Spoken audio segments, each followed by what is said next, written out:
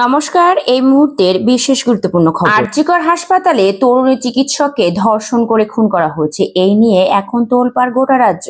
রাজপথে মিছিল, রাত দখল থেকে স্লোগান সবই দেখেছে বাংলার মানুষ। জুনিয়র ডাক্তারদের কর্মবিরতি থেকে সিবিআই তদন্ত এবং মামলা চলে গিয়েছে সুপ্রিম কোর্টে। কলকাতা পুলিশ কমিশনের পদত্যাগের দাবিতে লালবাজার অভিযানও হয়।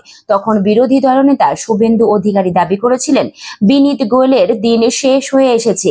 এর ঘটনার পর পুলিশ কমিশনারকে সরিয়ে দেওয়ার বিষয়ে নবান্নে আলোচনা হয়, কিন্তু সরকারিভাবে এখনো জানানো হয়নি পুলিশ কমিশনারকে সরিয়ে দেওয়ার কথা। বিনীত গোয়েলকে এখন যদি কলকাতা পুলিশ কমিশনারের পদ থেকে সরিয়ে দেওয়া হয়, তাহলে সেটার অর্থ হবে বিরোধীদের চাপের কাছে নথি স্বীকার করা। ইতিমধ্যেই বিনীত গোয়েলের পুলিশ পদক ফিরিয়ে নিতে রাষ্ট্রপতি দ্রৌপদী মুর্মু এবং কেন্দ্রীয় স্বরাষ্ট্রমন্ত্রী অমিত শাহকে চিঠি লিখেছেন শুভেন্দু অধিকারী। পরিস্থিতি প্রতিকূল হলেও এখনো সরানো হচ্ছে না বিনীত গোয়েলকে বলে নবান্ন সূত্রের খবর।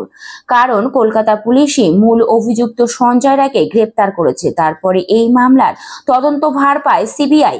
এখনো বড় কোনো পদক্ষেপ করতে পারেনি সিবিআই। এই ঘটনা নিয়ে এখন সরগরম রাজ্য রাজনীতি। ধর্ষণ খুনের ঘটনায় তদন্তে গাফিলতি এবং 14ই আগস্ট রাতে আরজিকর হাসপাতালে যখন দুষ্কৃতীরা তাণ্ডব চালাচ্ছে, তখন সঠিক নিরাপত্তা ব্যবস্থা না থাকার অভিযোগে পুলিশ কমিশনারের বিরুদ্ধে সরব হন আরজিকর হাসপাতালের জুনিয়র ডাক্তাররা। এমনকি পুলিশ কমিশনের পদত্যাগ চেয়ে তার কাছেই ডেপুটেশন দেন। আর প্রতীকী মেরুদণ্ড আর গোলাপ নিয়ে মিছিল করেন জুনিয়র ডাক্তাররা। এসবের পরেও বিনীত গোয়েলের উপর চাপ বাড়তে থাকে। তবে বিরোধীদের আশা এখনই পূর্ণ হচ্ছে না।